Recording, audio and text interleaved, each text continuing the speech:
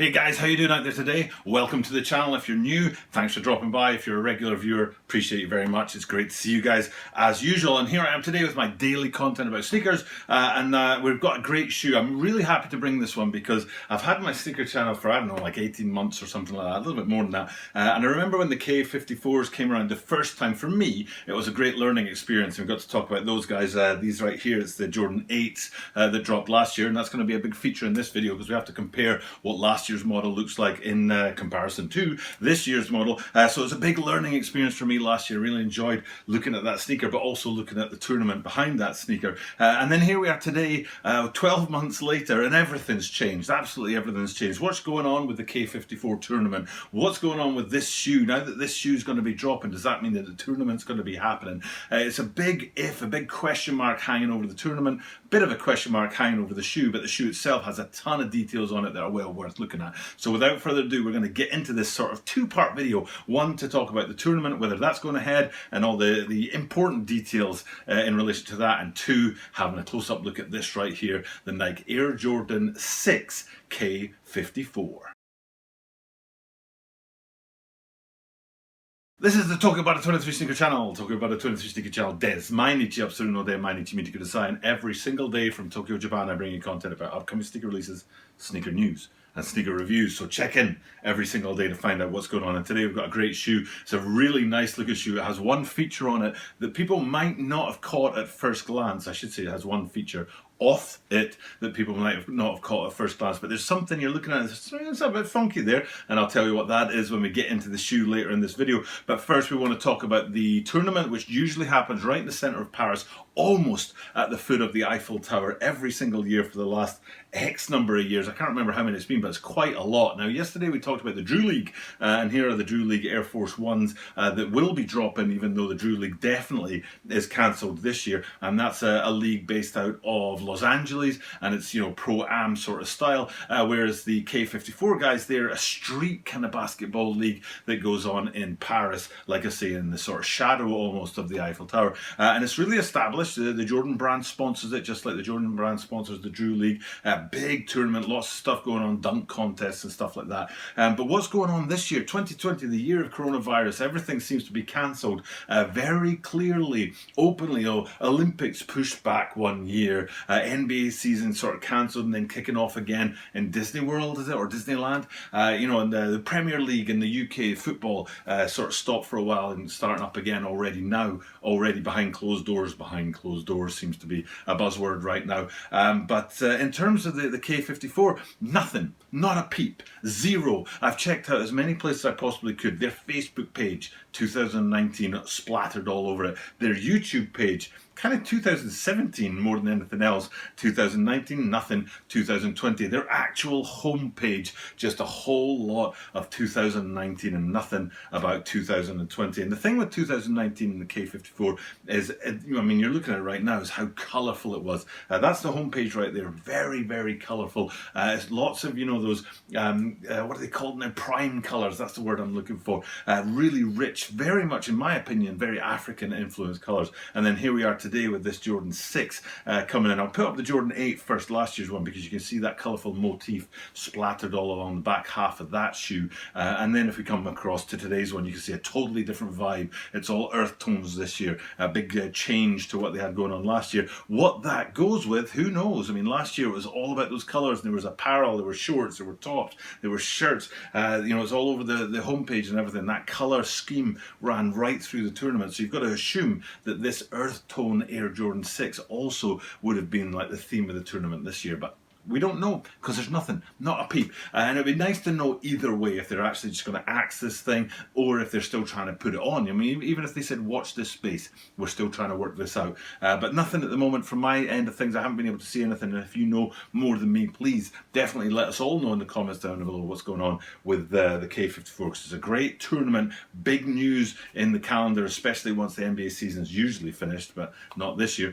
But nobody really knows what's going on as far as I can tell. Maybe if you could, fill us all in, shed a bit of light on this, it would be great to know. Now, into the shoe itself.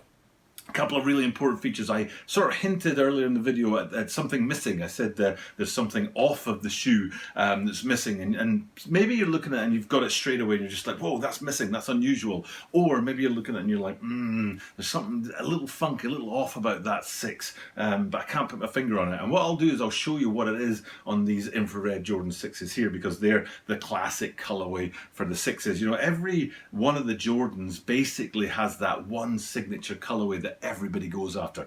Concord 11s. Everyone knows what it is. Everyone knows what it looks like. You know, and this, with the 6s, it's those infrared 6s, as far as I'm concerned, is the sort of signature colorway of the 6s. And so I'm putting that up here because I want to illustrate that really big point that's missing from the K54s. And I'll be zooming in and out on the green screen right here that you can see down low on that midsole, those classic infrared accents above the air unit towards the back and above that sort of translucence that comes up out of the midsole and the outsole towards the front. That red strike in 2 places, given a bit of definition. You've got the colour of the outsole, you've got the red strike, and then you've got the colour of the upper. And then if we switch that all back up to these upcoming K54s, it's not there. That strike above the air unit, that strike towards the front part of the shoe is missing. It's missing in that it's the same color as the midsole. The unit, the part of the shoe, the structure that would be there is still there. It's just the same color as the rest of the midsole, which is unique for me. I haven't really noticed that on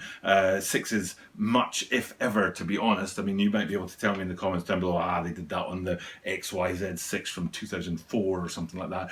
But for me, it's a really unique thing. It's not something they're drawn attention to, but then when you look at it and you see it, you're like, wow, that's cool, and it works. It works on this shoe.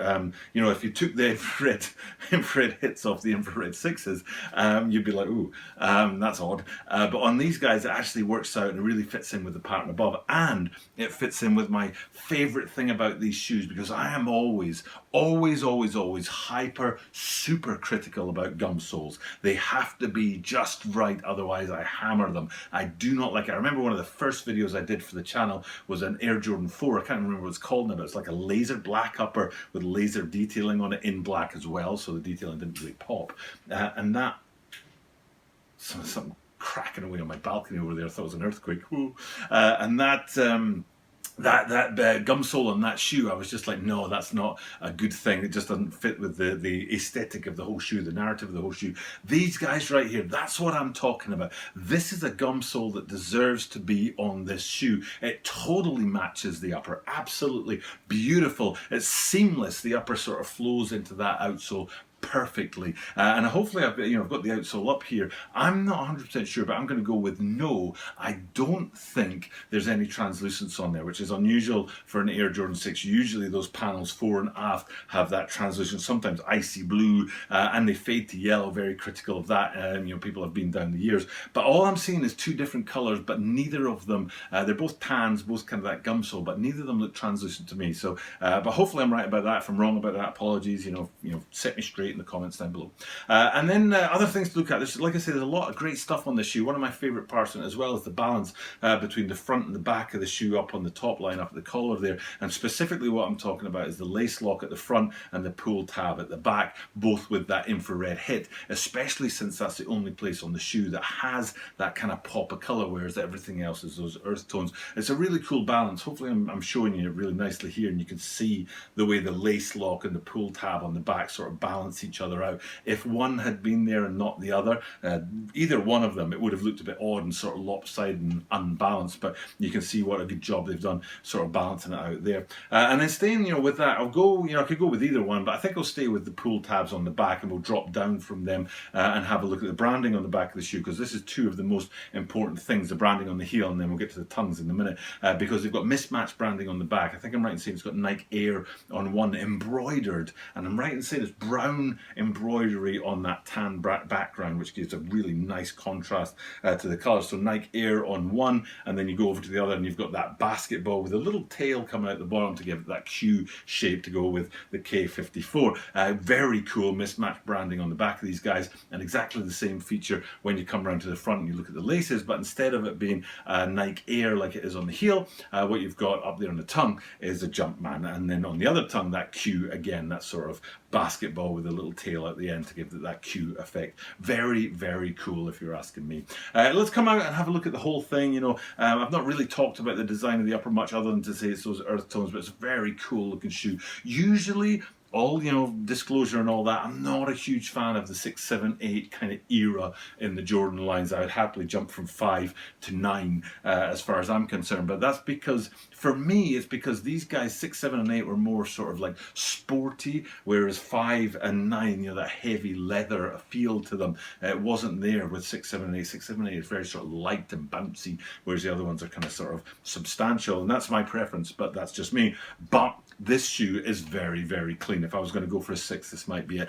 And going back to what I was saying earlier about those Air Force Ones for the Drew League yesterday, this could be something big for the future. A shoe that was supposed to drop in line with a competition that never happened. 10 years down the line, this could be sought after. This could be a big shoe, so it might be worth dipping into your pocket, pulling out your cash, putting it down and getting these guys, because 10 years down the line, you could actually be sitting on a little golden nugget. Fingers crossed. Right now, though, it's time for me to sign off, and thank you guys for checking out the content. I do truly, truly appreciate it. Hopefully, I've covered everything that I meant to in this video. I think I have. Probably not, though. I often forget little details, but, that's just me. For now, though, it's time for me to sign off and check out. Thanks for checking out the content, but you know what? I do this every single day, and that means that you are guaranteed to see me tomorrow.